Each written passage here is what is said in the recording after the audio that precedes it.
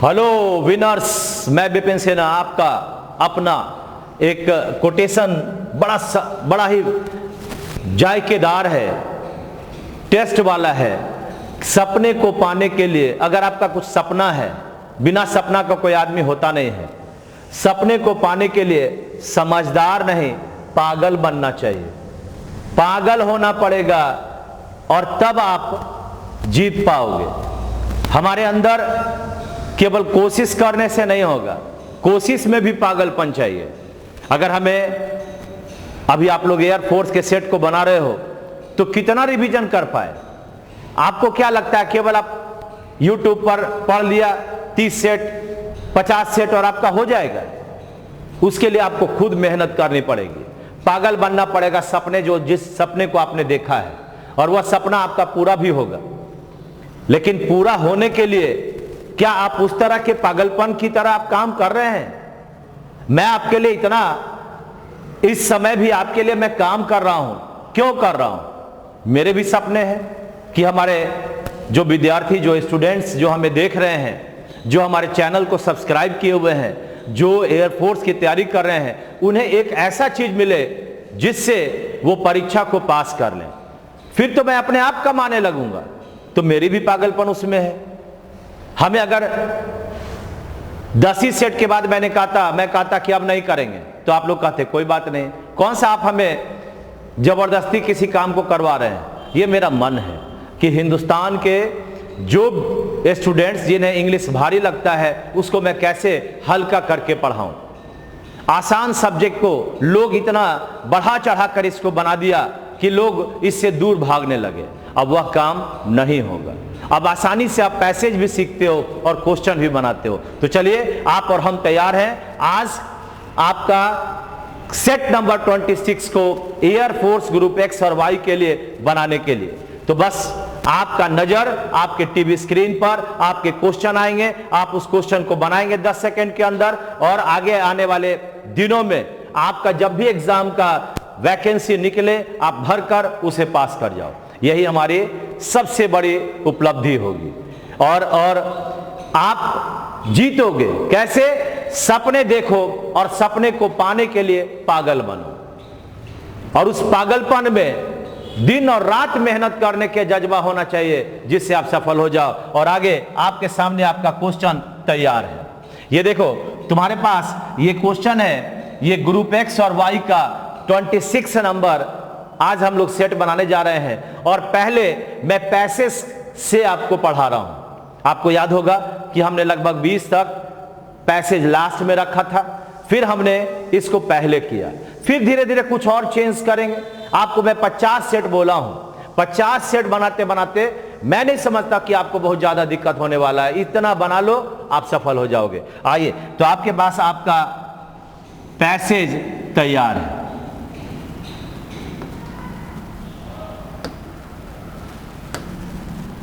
चलिए देखिए, कहता है I convey my best wishes. I convey का मतलब देना। कन्वे का मतलब क्या होता है? देना। मैं देता हूं माई बेस्ट विशेज, मेरा जो विश है वो मैं आपको देता हूं for a prosperous and peaceful life. Prosperous का मतलब संपन्न, यानी उन्नतिशील, एंड पीसफुल लाइफ। पीसफुल का मतलब क्या हुआ? शांति। मैं आपको अपना विश देता हूं कि आपका जीवन उन्नति भरा रहे, आपके जीवन में हमेशा शांति आए, ऐसा मैं विश करता हूं। ये आपके लिए भी करता हूं और मैं अपने लिए भी करता हूं। मेरे जीवन में भी अगर ये प्रॉस्पेरस और पीसफुल आता है, पीस आता है, तो मैं भी धन्य होऊंगा। और आपके जीवन में अगर ये प्रॉस्पेरस और पीसफुल लाइफ को पाते हैं आप, तो आप धन्य होंगे।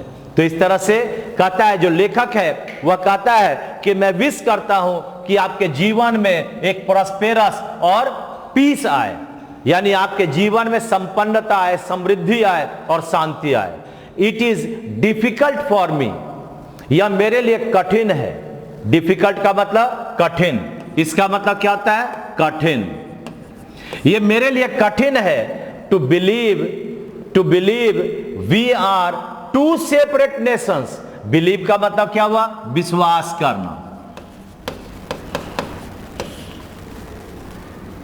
यह विश्वास करना बड़ी कठिन है। We are two separate nations. Separate का मतलब क्या हुआ? अलग। यह विश्वास करना लेखक के लिए बड़ा ही कष्टकारी है कि आज वे दो नेशंस बटा हुआ है। एक राष्ट्र दो राष्ट्र में बट गया। दो, हालांकि, दो का मतलब हालांकि, दो का मतलब हालांकि। I was born in 1952। ये कब जन्मा? 1952 ईस्वी में। ये लेखक कब जन्म रहा है? 1952 ईस्वी में। After we had been made two nations. जब हम लोगों ने दो नेशन को बना दिया था। यानी 1952 के पहले हमारा नेशन दो भाग में बटा। तो किस देश के बारे में बात कर रहा है? भारत के बारे में बात कर रहा है, पाकिस्तान के बारे में बात कर रहा है। ये लेखक कहता है कि सभी के जीवन में एक संपन्नता आए, सभी के जीवन में पीस आए, शांति आए। और कहता है कि यह मेरे लिए बड़ा कठिन है यह विश्वास करना, क्या भाई, कि we are two separate nations. हम लोग दो अलग अलग राष्ट्र हैं, दो अलग अलग राष्ट्र हैं। हालांकि आई वॉज बॉर्न इन 1952। लेखक का जन्म 1952 ईस्वी में हुआ। After we had been made two nations. जब दो नेशन का बंटवारा हो गया तब इस लेखक का जन्म हुआ। बापूजी, कौन है बापूजी भाई? कौन है बापूजी? बोलो। महात्मा गांधी। कौन है बापूजी? महात्मा गांधी। यानी हमारे इंडिया की सेपरेशन की बात कर रहा है। कहता है बापूजी टॉट मी। टॉट का मतलब क्या होता है? सिखाया।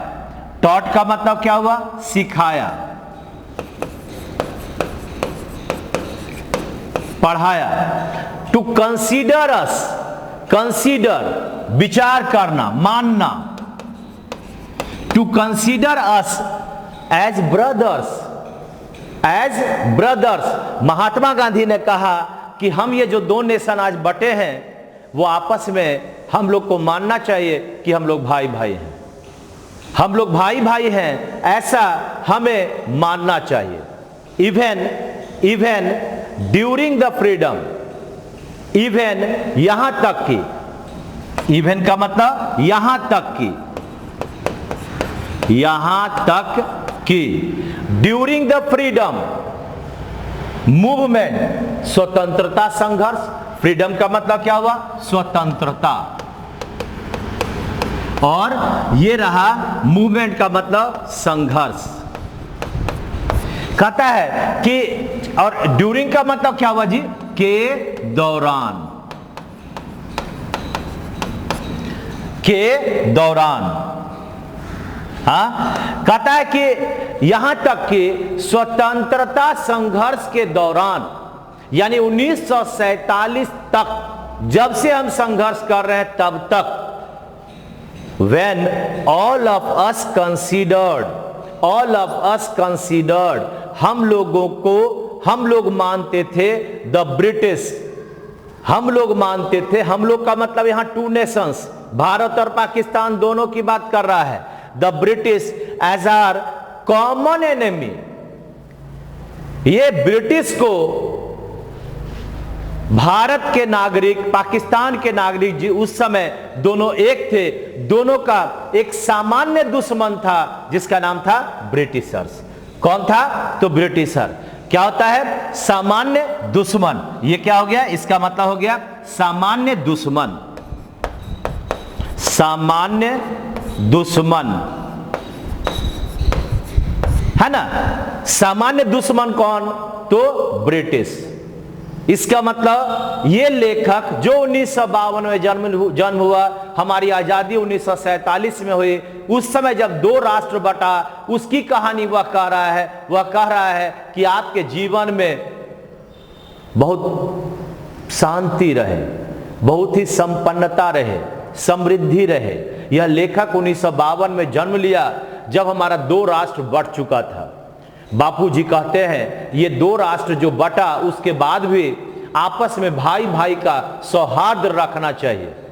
और ये कहता है कि जिस समय हमारा संघर्ष स्वतंत्रता का चल रहा था उस दौरान हम लोग दोनों का एक ही सामान्य दुश्मन था जिसका नाम था ब्रिटिश ही था जो दोनों का कॉमन एनिमी था। बापूजी टॉट अस बापूजी ने हमें सिखाया to hate only the evil of their, to hate कहता to hate only the evil. Hate का मतलब क्या हुआ? हेट का मतलब हो गया घृणा करना, घृणा करे। ओनली द इविल माने बुराई, इविल का मतलब क्या हुआ? बुराई। इविल इन देयर डोमिनेशन, क्षेत्र, राज्य का क्षेत्र, देश का क्षेत्र। डोमिनेशन का मतलब क्या हुआ? देश का क्षेत्र। यानी हम अपने जो इंडिया का क्षेत्र है उसमें हम लोग केवल उसके जो किसे कहता है देयर डोमिनेशन का, यानी जो हम पर अधिकार जमाए हुए हैं उसका, उस बुराई का आप क्या करें?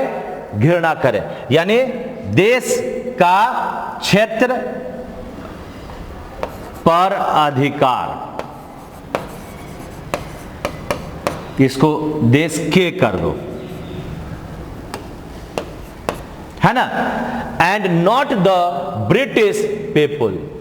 कहता है बापूजी कहते हैं कि आप जो ब्रिटिश लोग हैं उससे हेट नहीं करें, जो वह हमारे क्षेत्र पर कब्जा जमाए हैं उससे घृणा करें, उनकी नीति से घृणा करें, न कि उनके लोगों से घृणा करें। आप देखे होंगे चौरा चौरी नामक जगह पर जब अंग्रेज लोगों को मार दिया गया तो उस समय प्रचंड रूप से हमारा आंदोलन चल रहा था और बापूजी ने उसको खत्म कर दिया था। यानी बापूजी कहते हैं नीति से दुश्मनी, नीति से घृणा करो, लोग से घृणा नहीं करो। लेकिन ये तो विचित्र बात है, लोग ही है जो उस नीति को बनाता है। वो इस बात को नहीं समझते हैं कि ये जो हमारी नीति है इससे आने वाले दिनों में क्या होगा। आज पूरा विश्व परेशान है इसी नीति से। यह एक ऐसी नीति है जिसके द्वारा हमें कहीं ना कहीं बड़े नुकसान को झेलना पड़ रहा है। और ये पूरा का पूरा पैसेज के अंतर्गत जो लेखक है वह 1952 में जन्मा है, जो हमारे 1947 में बंटवारा के बाद जन्म लिया। कहता है कि आपको भी सुख मिले, शांति मिले।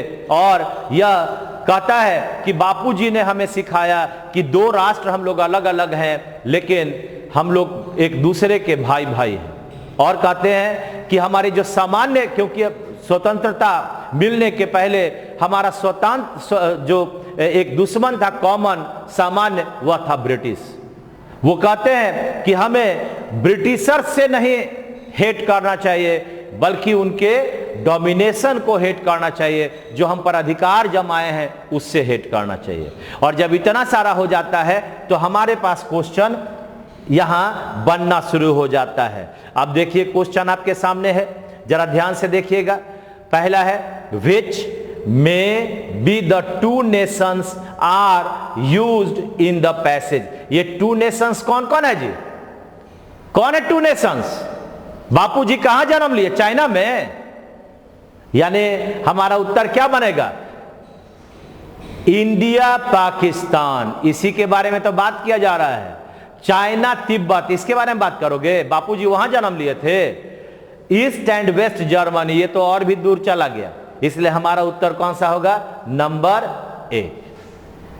हम किसकी बात कर रहे हैं? इंडिया और पाकिस्तान की। चलिए आगे बढ़ते हैं। क्वेश्चन सॉरी आगे है आपके पास, देखिए क्वेश्चन नंबर 2 है। जरा बढ़िया से इसको पढ़िएगा। मैं 10 सेकेंड आपके लिए दे रहा हूं, 10 सेकेंड आपको दे रहा हूं। According to the passage the author was born. ये ऑथर का मतलब लेखक, लेखक का जन्म हुआ था। अब ये 4 ऑप्शन है। अब 4 ऑप्शन में कौन सा उत्तर होगा मुझे तो पता नहीं है, तुम देखो कौन सा उत्तर होगा। पहला कहता before the partition of the 2 Nations. Partition का मतलब क्या हुआ? अलगाव। यानी जब 2 नेशंस यानी 2 राष्ट्र का बंटवारा हुआ उसके पहले उसका जन्म हुआ, पहला है। सेकेंड नंबर है after the partition of the 2 Nations, यानी जब देश का बंटवारा हुआ उसके बाद जन्म हुआ। चलिए भाई, on the day partition was occurred, जिस दिन पार्टीशन हुआ उसी दिन जन्म लिया। क्या लगता है जी 1952 कब आया? 1947 के बाद की पहले? बाद में। तो बाद का मतलब क्या होगा? उत्तर नंबर 2 होगा। ये 1952 1947 के बाद आया, इसलिए after the partition of the 2 Nations. आसानी से बना सकते हो बंधु, आपका काम है पैसेज को खूब बढ़िया से पढ़ना, मजेदार बना लो उसे, आपका अपना चीज है ये। जब तक ये 3 से 4 क्वेश्चन आपका आराम से बनने वाला है, कम समय में अधिक नंबर लाना है तो वो पढ़ना पड़ेगा। और इंग्लिश को सीखना भी है उससे। ये नहीं है कि आप केवल सोचे कि पैसेज पढ़ रहे हैं, आप इंग्लिश के लाइन को पढ़ रहे हो, लाइन के अर्थ को समझने का प्रयास कर रहे हो। और इसीलिए आगे आपका 4 नंबर क्वेश्चन, सॉरी 3रा नंबर क्वेश्चन आ रहा है। आइए 3रा नंबर क्वेश्चन देखो क्या है।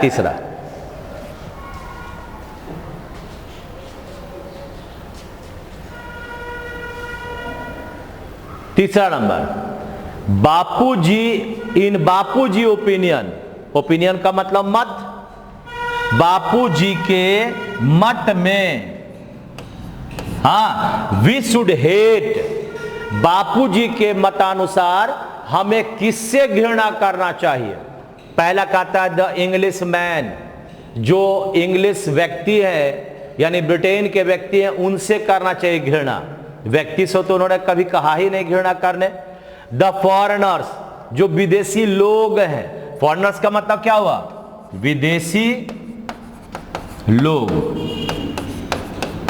तो लोग का तो बातें नहीं करते हैं, इसलिए ये नहीं, ये नहीं। The evil of the English administration. Administration का मतलब प्रशासन। इसका मतलब क्या होता है? प्रशासन। यानी जो हमारे यहां ब्रिटेन का प्रशासन है, उनका शासन हमारे यहां जमा हुआ है, उससे घृणा की बात करते हैं। Not clear from the passage. Uttar number होगा 3। बन गया? क्या बन गया? The evil of the English administration. English लोगों से नहीं कहते हैं, वे कहते हैं जो हमारे यहां हमारा राज्य चल रहा है उस राज्य से उनको दूर भगाना है, क्योंकि वो उस पर शासन कर रहे हैं, उनका है ही नहीं। चलिए, तो ये रहा आपका 3 नंबर। और इस तरह से बापूजी का ये कहानी खत्म होता है और अब विपिन सिन्हा का कहानी शुरू होता है 4 नंबर से। आइए, अपोजिट खोजना है जी बाबू, अपोजिट खोजना है। जरा ध्यान रहे, अपोजिट खोजते समय चारों वर्ड की ओर बढ़िया से ध्यान से देखना। पहला वर्ड है इटर्नल। इटर्नल मतलब शाश्वत, हमेशा रहने वाला। इटर्नल का मतलब क्या होता है? शाश्वत, यानी हमेशा रहने वाला। The sun rises in the east, क्या कभी वेस्ट में भी होगा? इटर्नल है। इंडलेस, जिसका अंत न हो, वो भी तो शाश्वत हो गया। अंत न हो यानी लगातार जारी है, तो वह भी तो शाश्वत हो गया। ये क्या है? इंटरनल। ये तो इसका मतलब तो आंतरिक हुआ जी, आंतरिक। घर में हम लोग पेंटिंग कराते हैं, इंटरनल पेंटिंग। और एक्सटर्नल का मतलब क्या हुआ? बाहरी। एक्सटर्नल माने बाहरी, जो बाहरी पेंट कराते हैं उसको कहते हैं एक्सटर्नल। इसका मतलब ट्रांसिएंट, क्षणिक, कम समय के लिए रहने वाला। ट्रांसिएंट का मतलब क्या होता है? क्षणिक या कम समय वाला, है ना। जो कम समय का होता है उसे ही हम लोग कहते हैं ट्रांसिएंट। क्या पढ़ते हैं इसको? ट्रांसिएंट।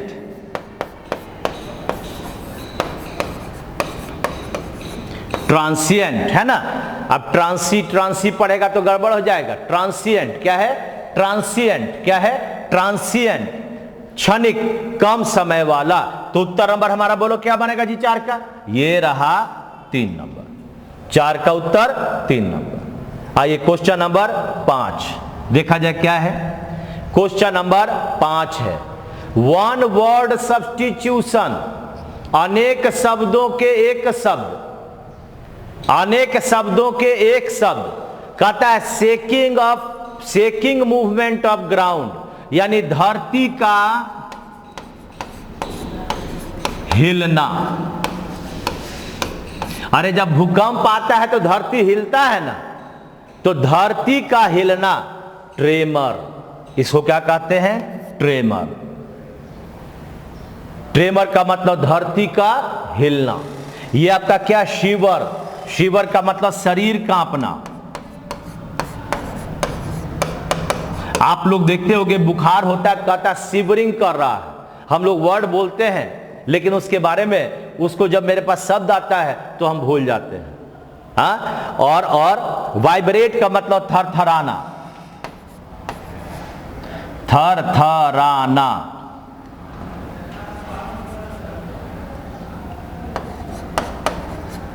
जो तेरी का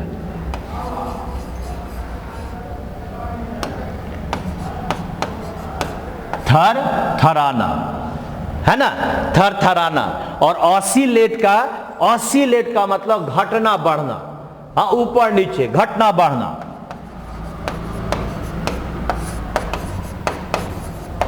अब बुखार हुआ, कभी 103 डिग्री, कभी 98 डिग्री, 103 डिग्री, 98 डिग्री, तो उसको कहते हैं पैरासीटामोल खा लिया तो भाई 98 आ गया, और जहां पैरासीटामोल नहीं खाया बढ़ गया 103-4 डिग्री। बुखार क्या है पता है? बुखार का मतलब है कि अपने शरीर के विकार को हटाना, इसलिए वह भी जरूरी है, लेकिन अभी के समय में ना हो तो बेहतर है, नहीं तो कोई तुम्हारा इलाज नहीं करेगा, छुबे नहीं करेगा। तो ये सब भी ध्यान रखना है। चलिए, तो हमारे पास इसका उत्तर बन गया नंबर 1 नंबर बन गया। अभी तो अगर किसी का एक्सीडेंट हो जाए और रास्ता में गिर जाए, उसको उठाना भी मुश्किल है, पता नहीं यार क्या है, मत उठाओ। कितना तो लोग इसी में जान जा रहा है, लेकिन अपनी जान तो सच में प्यारी है, दूसरे की भी जान उतना ही प्यारी समझो। और वो जो मदद है ना, वो कभी छोड़ना नहीं चाहिए, करना ही चाहिए। ऊपर वाला सब ठीक कर देगा। चलिए, देर है अंधेर नहीं है। ये रहा PQRS, आपको बनाना है। 10 सेकंड में दे रहा हूं आपको पढ़ने के लिए। कौन सा इसमें से पहला होगा, कौन सा दूसरा, तीसरा, चौथा, पांचवा होगा, जरा इसको बनाने का एक बार प्रयास करिए।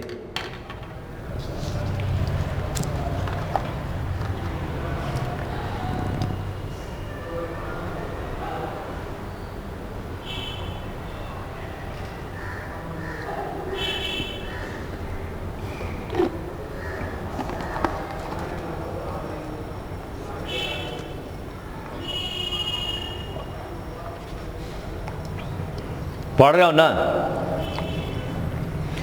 कहता when a chemical substance, chemical मतलब रासायनिक, और सबस्टेंस माने पदार्थ। हाँ, रासायनिक पदार्थ, इसका मतलब क्या हुआ?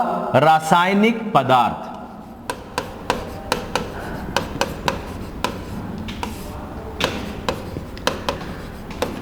जब एक रासायनिक पदार्थ, इसका दोनों का अर्थ हो गया, द फूड पॉइजनिंग, जो हमारा भोजन है उसमें जहर आ गया, अकर्ड माने हुआ, इन द फूड प्रिपरेशन, जब फूड भोजन बन रहा था, वाज मिस्टेकन, गलती से इस काम को कर दिया गया, फॉर सॉल्ट एंड यूज्ड क्या, सॉल्ट की को समझकर क्या डाल दिया गया, तो केमिकल डाल दिया गया, and used in the food preparation. अब देखिए क्या होगा भाई इसका, तो पहला तो हो गया क्यू से, इसमें कोई शक नहीं है कि द फूड पॉइजनिंग अकर्ड बना, द फूड पॉइजनिंग अकर्ड किस में, बोलो क्या होगा, व्हेन अ केमिकल सब्सटेंस, जब एक रासायनिक पदार्थ को वाज मिस्टेकन फॉर सॉल्ट, गलती से नमक समझकर डाल दिया गया, एंड यूज्ड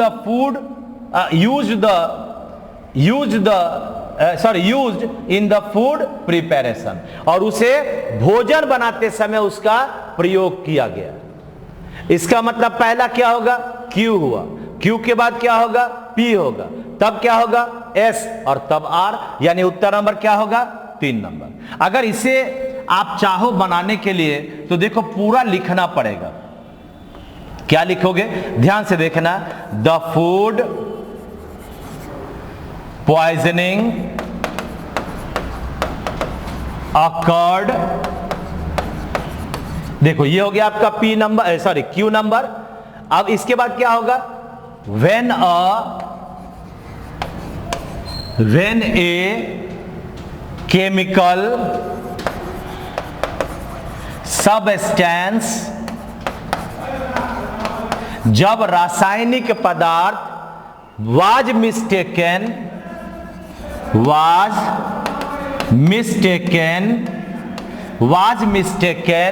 फॉर सॉल्ट, यानी सॉल्ट समझकर रासायनिक पदार्थ को डाल दिया गया, एंड यूज्ड, और उसका प्रयोग कर दिया गया कहां, in the food preparation, in the food preparation. ठीक है, तो इस तरह से ये आपका पूरा का पूरा सेंटेंस हुआ।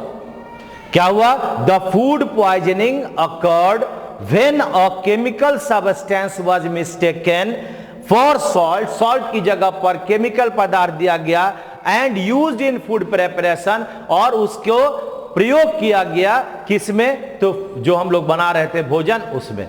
तो ऐसे चीजों को आपको एक जगह लिखना पड़ेगा। अगर आपका पूरा का पूरा ये सही चाहते हैं तो इस तरह से बनाना पड़ेगा, आपके पास ऑप्शन रहता है। अब देखो यहां Q और P यही 2 से शुरू होगा, यानी R और S में हमें देखना ही नहीं है, उससे बनेगा ही नहीं बनेगा। तो P से when a chemical substance, Q आ गया, द फूड पॉइजनिंग अकर्ड, ये दोनों का तालमेल नहीं बैठ रहा है, इसलिए P होगा नहीं, तो Q से होगा। अब Q के बाद क्या होगा, वो ध्यान से जब पढ़ोगे, ऐसे जब अपने कॉपी में शोभा बढ़ाओगे कि किस तरह से हम लोग इसको यूज कर सकते हैं, अपने आप बन जाएगा। नहीं आएगा, इससे जोड़ जोड़ कर करो, हर का लिख कर देखो। कोई भी काम शुरुआत में जल्दी नहीं होता है, थोड़ा मेहनत करना पड़ेगा। धीरे धीरे वो बनना जब शुरू हो गया तो आपको लगेगा कि अरे ये तो आसानी से बन सकता है। चलिए आगे बढ़ते हैं। क्वेश्चन नंबर अगला आपके सामने 7 है, देखिए ध्यान से। 7 नंबर को 10 सेकंड है, जरा बढ़िया से इसको बनाइए। द सुप्रीम कोर्ट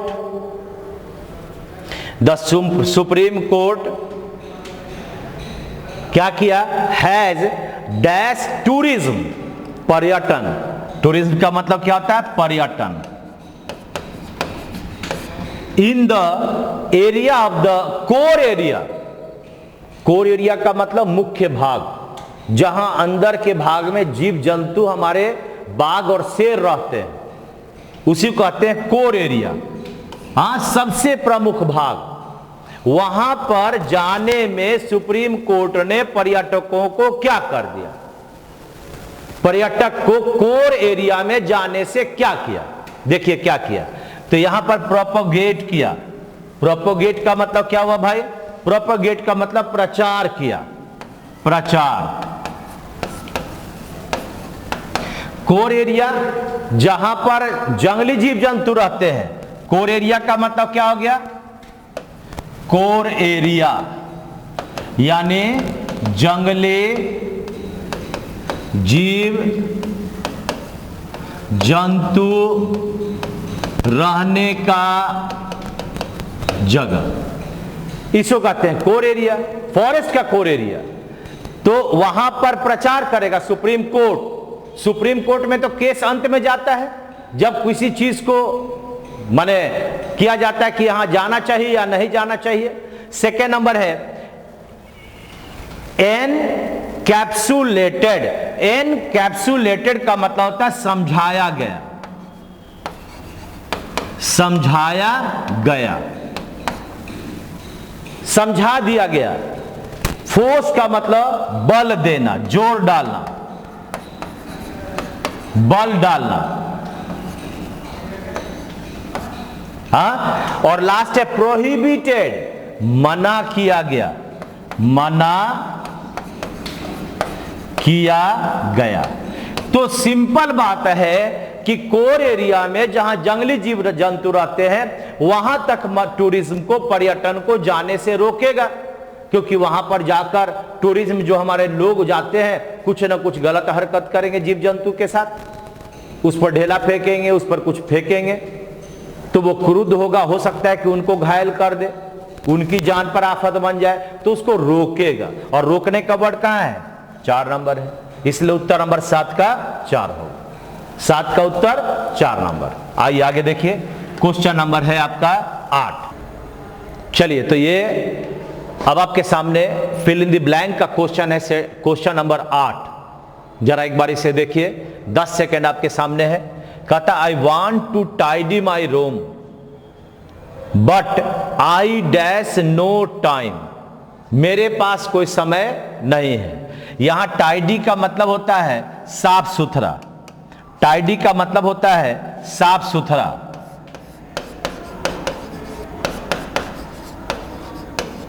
कहता है कि मैं अपने रूम को साफ सुथरा रखना चाहता हूं, लेकिन आई डैश नो टाइम।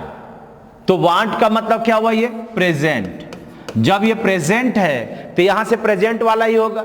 आई के बाद हैज होगा नहीं, आई के बाद एम नो टाइम या नहीं होगा। इसका मतलब उत्तर क्या बनेगा? नंबर 3। उत्तर नंबर 3 होगा, ठीक है ना। यानी 8 का उत्तर बना 3 नंबर। चलिए, तो ये रहा आपका 9वां नंबर क्वेश्चन। कहता है dash chapters of this book are very interesting. और यहां पर क्या लिखा हुआ है? A first two first, the first two और द टू फर्स्ट। अब जरा सा आप अगर गौर से देखेंगे, एक छोटा सा रूल है जिसे आपको याद रखना चाहिए। इसका नाम है न्यूमरल। इसका नाम है न्यूमरल।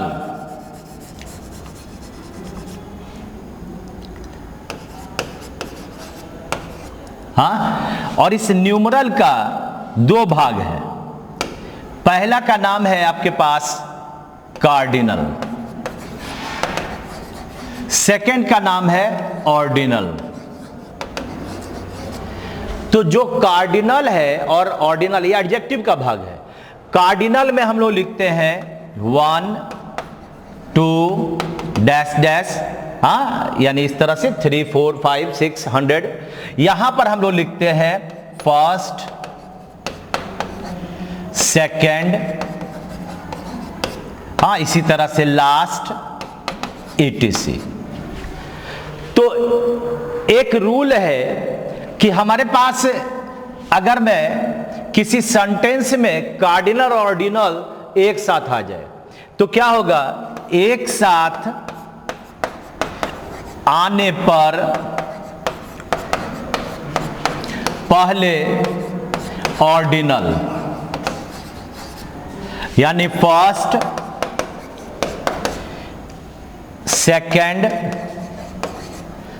etc आएगा, और फिर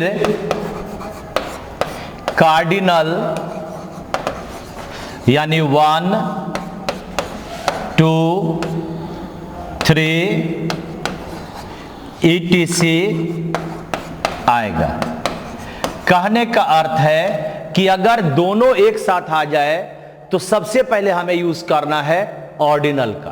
हाँ, इसका मतलब क्या हुआ, आपको सबसे पहले यूज करना है O का, ऑक्सीजन का, फिर यूज करना है C यानी तब कार्बन डाइऑक्साइड। और एक बात और है, एक छोटा सा नोट भी है कि ऑर्डिनल के पहले द अवश्य लगेगा।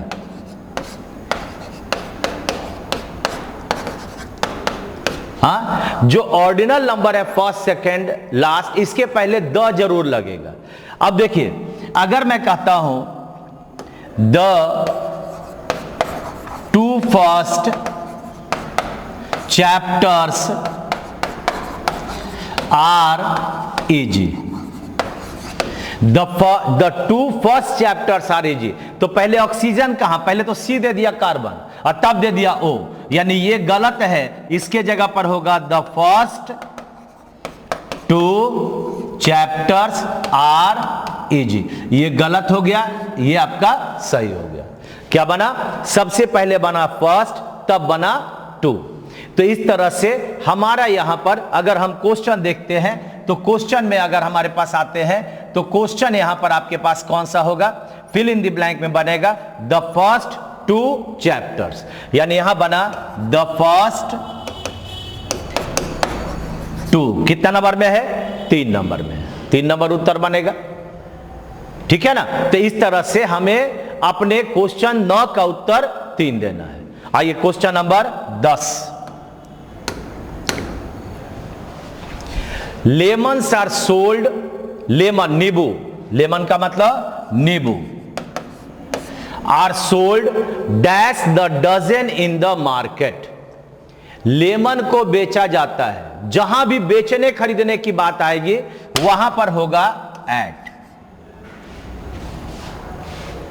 क्या बनेगा, एट, जहां भी खरीदने बेचने की बात होगी वह होगा एट। ठीक है ना, यानी अगर हम किसी चीज को बेचते हैं तो हमें देना पड़ेगा at, at the dozen in the market, याद रखना।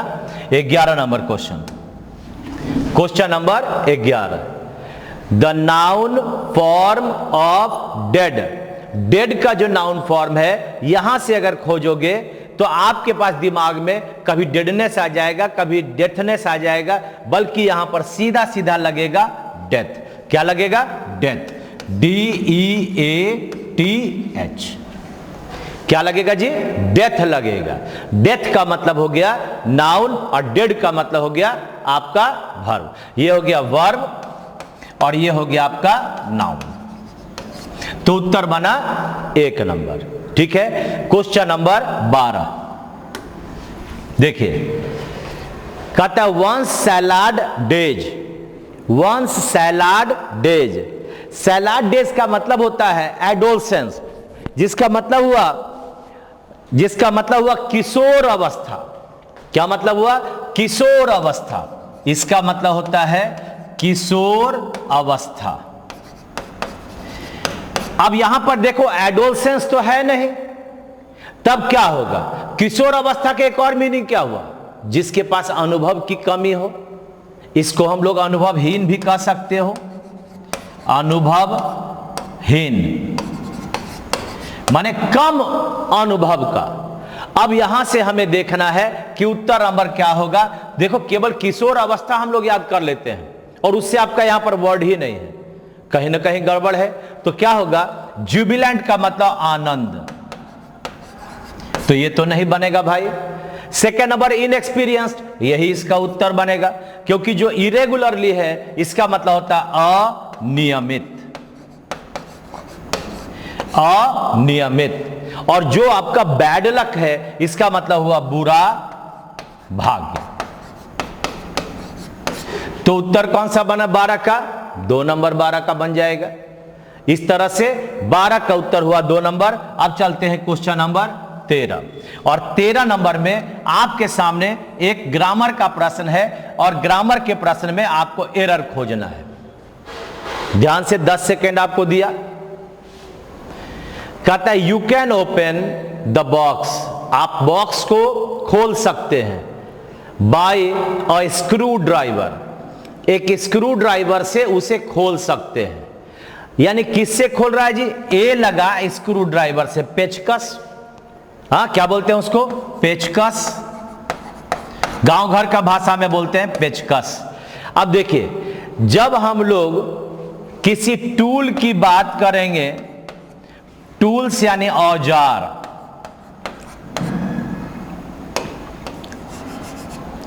टूल्स का मतलब क्या हो गया? औजार के पहले टूल्स के पहले विथ एक नंबर है, with plus countable noun. Countable किसको कहते हैं? जिसमें 1 2 3 AN लगा रहे, हाँ, जैसे कहते हो आई राइट विथ अ पेन, ये क्या हो गया? ए का मतलब एक, इसका मतलब ये विथ हो गया, बिल्कुल सही। लेकिन अगर मैं कहता हूं बी नंबर, तो अगर मैं कहता हूं इन, ये पहले दो प्रीपोजिशन लगा, विथ और इन के साथ क्या लगेगा? Uncountable noun, uncountable noun. अब ये अनकाउंटेबल नाउन है। अगर मैं कहता हूं आई राइट डैश इंक, तो इंक क्या हुआ? यूसीएन हो गया। जब यूसीएन हो गया तो यहां पर लगेगा इन, लगा? क्या लग गया? इन लग जाएगा। तो अब हमारे क्वेश्चन में अगर हम देखें तो यहां पर अगर मैं इस क्वेश्चन की बात करता हूं तो यहां पर क्या लगा है? ये स्क्रू ड्राइवर है और ए लगा हुआ है, और यहां पर आपका बाई लगा हुआ है। क्या लगेगा? विथ। यानी उत्तर नंबर कौन सा? तो 3 number, with a screwdriver, with a screwdriver. ठीक है ना? क्या बना इसका उत्तर? With a screwdriver. चलिए आगे चलते हैं क्वेश्चन नंबर 14 की ओर। चलिए देखिए, बन जाना चाहिए।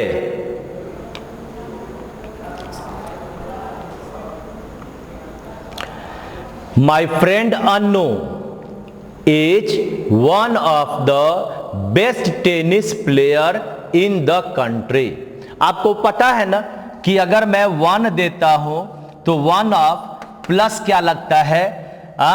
द प्लस प्लूरल काउंटेबल और नाउन। यानी क्या लिखते हो? 1 ऑफ क्या बनेगा? 1 ऑफ द बेस्ट टेनिस, और प्लेयर में एस लगेगा, ये हो गया plural. 1 of the best tennis players होगा, 1 of the best tennis players होगा। तो आसान है यार। यानी मेरा उत्तर बनेगा कौन सा? तो ये 2 नंबर होगा। ये प्लेयर के बदले PLAYERS बनेगा, प्लेयर्स बन जाएगा। 1 of the best tennis players होगा। ठीक है, आगे बढ़ते हैं। क्वेश्चन नंबर 15 ये रहा आपके सामने। एक और कॉमन ईयर का प्रश्न है, जरा ध्यान से बनाइए। क्या बनता है देखिए तो जरा। यू हैड बेटर वर्कड, तुम्हारा क्या आंसर होगा मुझे पता है। हर लोग यहां पर 3 नंबर उत्तर मारेगा, क्योंकि यहां हैड देख लिया तो वहां वांट के बदले वांटेड मार देगा। कभी नहीं ऐसा होगा। क्या होगा उत्तर? जरा ध्यान से यहां केवल आप अपने पेशेंस के साथ उत्तर देखें। आज के बाद कभी इस तरह का उत्तर गलती नहीं होगा। You had better worked harder if you want to get a promotion. देखिए, जब हम लोग इन्फिनिटिव पढ़ते हैं तो वहां पर एक वर्ड होता है बेयर इन्फिनिटिव। वहां पर क्या होता है कि हैड बेटर या हैड रादर या हैड सूनर, ये आपका वर्ड है जो अपने बाद वर्ब नंबर 1 को लेता है, जिसका नाम है बेयर और इन्फिनेटिव। बेयर और इन्फिनेटिव, ठीक है ना। यानी ये हैड पास्ट वाला नहीं है। इस और एक चीज और देखो, इसके पहले आप वुड भी दे सकते हो, तो वुड वाले में तो V1 होता ही है, इसलिए वहां गलती की संभावना ही रहती है। यहां पर भी क्या होगा, आप वुड दे दोगे, वुड रादर, यहां भी आप दे दो वुड सुनर, और सबका मीनिंग है अच्छा होता। हाँ, अच्छा होता। तो जब अच्छा होता कहता तो इसका मतलब ही हैड बेटर, अगर गॉन रहता देयर, तो गौर से देखो, ही हैड बेटर, जब हैड आ गया तो नो प्रॉब्लम, आप सीधे यहां पर V3 देखते हो और उसको सही कर देते हो। लेकिन ये इस प्रारूप में है, हैड बेटर है, केवल हैड नहीं है, इसलिए यहां पर यह गॉन के बदले बनेगा गो, यानी V1 बन जाएगा। तो जब ऐसा बनेगा, यानी हैड बेटर, अगर वुड रहता तो क्या होता, यहां पर वुड रहता तो हमें वुड वाले में तो सोचना ही नहीं, वहां तो गो होता ही होता है। इसलिए अब अगर हम उत्तर चलते हैं तो इसका उत्तर आप लोग दोगे 1 नंबर। क्या दोगे, 1 नंबर। यहां पर हैड बेटर सही है, लेकिन हैड बेटर के लिए हमें यहां पर देना होगा वर्क, V1 देना होगा। हैड बेटर के बाद वर्क आ गया, यानी V1 आ गया। ठीक है, आगे बढ़ते हैं क्वेश्चन नंबर 16 की ओर। चलिए देखिए, ये रहा 16, जहां पर आपके सामने एक स्पीच, इनडायरेक्ट स्पीच को बनाना है। हमारा सेंटेंस किससे शुरू हुआ, सेंटेंस किससे शुरू हुआ, how can a zebra talk. इसका मतलब हमारा क्या बनेगा, हाउ अ जेब्रा, यहां सेड है तो कुड बनेगा, how a zebra could talk. क्या बनेगा, हाउ अ जेब्रा, और यहां पर बन जाएगा कुड और टॉक। और हाउ है तो इफ और वेदर तो होगा नहीं, तो हमें खोजना है पहला, he wondered how a zebra talks. तो टॉक्स का मतलब तो V5 हो गया, नहीं बनेगा। सेकेंड नंबर है, he questioned a zebra talking, could कहां है, यानी ये भी आपका नहीं बना। Third number, he asked how a zebra could talk, यहां पर कुड टॉक है, यानी ये तो सही लगता है, फिर भी चौथा पढ़ लेते हैं, he was amazed how a zebra can. तो कैन का प्रयोग तो होगा नहीं, क्योंकि यहां तो आपका सेड है पहला में, इसलिए हमारा उत्तर बना नंबर 3। पास्ट है तो पास्ट ही ना होगा, इसलिए उत्तर बन गया 3 नंबर। आगे बढ़ते हैं क्वेश्चन नंबर 17। ये चलिए 17 नंबर वॉइस है, गौर से बढ़िया से जरा बनाकर देखिएगा। वॉइस है, क्या है जी, the principal promised the boys a holiday, यानी यहां पर प्रॉमिस्ड का मतलब हो गया V2, और V2 से टूटेगा वाज या वेयर प्रॉमिस्ड। तो हमें देखना है कि वाज या वेयर प्रॉमिस्ड कहां है, और वैसे भी वहां पर द बॉयज है, तो द बॉयज को ही पहले लाएंगे तो वेयर ही बनेगा। जब वेयर बनेगा तो हमें यहां पर से उत्तर खोजना है पहला में, द बॉयज हैव बीन। जब हैव बीन है तो ये तो कभी नहीं बनेगा जी, संभव ही नहीं है। The boys had been, had कहां से आ जाएगा, वाज वेयर आना चाहिए, ये भी नहीं होगा। द बॉयज वेयर प्रॉमिस्ड, तो वेयर प्रॉमिस्ड तो यहां पर सही लगता है। अब एक लास्ट देख लेते हैं, द बॉयज आर प्रॉमिस्ड, यानी आर का प्रयोग कभी बनेगा नहीं, इसलिए हमारा उत्तर बना नंबर 3। क्वेश्चन नंबर 17 का उत्तर 3 नंबर। चलिए अब हम लोग अपने लास्ट की ओर चल रहे हैं, जरा ध्यान से उसको बनाने का प्रयास करेंगे।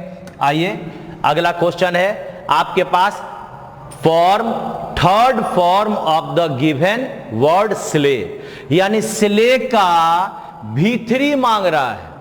देखो ये V1 में स्ले होता है, स्ले का मतलब होता है कत्ल करना। स्ले का V2 क्या हो गया, स्ल्यू, V2 क्या बन गया, स्ल्यू। SLEW। अब लीजिए आपका तीसरा आ रहा है, तीसरा यानी आपके पास थर्ड नंबर आ रहा है स्लेन, SLAIN, स्लेन आएगा। और यहां पर हमारे पास स्लीव, स्लेव्ड, स्लेज होगा नहीं, बचा क्या 3 नंबर। दिमाग कहां जाएगा 2 नंबर में, होगा क्या स्लेन। स्ले का मतलब कत्ल करना। चलिए तो ये 18 नंबर का उत्तर 3 नंबर हुआ। आइए 19 नंबर में चलते हैं। मिस स्पेल्ट वर्ड यानी रॉन्गली स्पेल्ट वर्ड हमें खोजना है। इरेलेवेंट सही लगता है जी, अप्रचलित। इरेलेवेंट का मतलब क्या हुआ, अप्रचलित, मतलब जो ठीक ठाक नहीं है। इरेगुलर, IRR सही है यानी अनियमित, अनियमित। सिगरेट गलत है, CIGAR, सिगार, ETTE ऐसे बनेगा, क्या बनेगा TTE, सिगरेट। और कमिटी COMMITTEE यानी आपका उत्तर बना 3 नंबर। तो 19 का उत्तर 3 नंबर हो गया। अब आगे बढ़ते हैं 20 नंबर क्वेश्चन में, और हमें दिखाना है कि 20 में आपके पास क्या होता है। तो नियरेस्ट मीनिंग खोजना है, यानी आपको अब यहां पर एक सिनोनिम खोजना है। सिनोनिम खोजना है, वर्ड है आपका डिसीजन। डिसीजन का मतलब होता है निर्णय। जब डिसीजन का मतलब निर्णय है तो अब हमें 4 वर्ड यहां पर देखना है। पहला वर्ड है वर्डिक्ट। वर्डिक्ट का मतलब जीत, निर्णायक, जीत या निर्णायक। सेकेंड नंबर है रीजन यानी कारण। थर्ड नंबर है लेसन यानी कम करना या होना। और लास्ट है इलिजिबल यानी योग्य।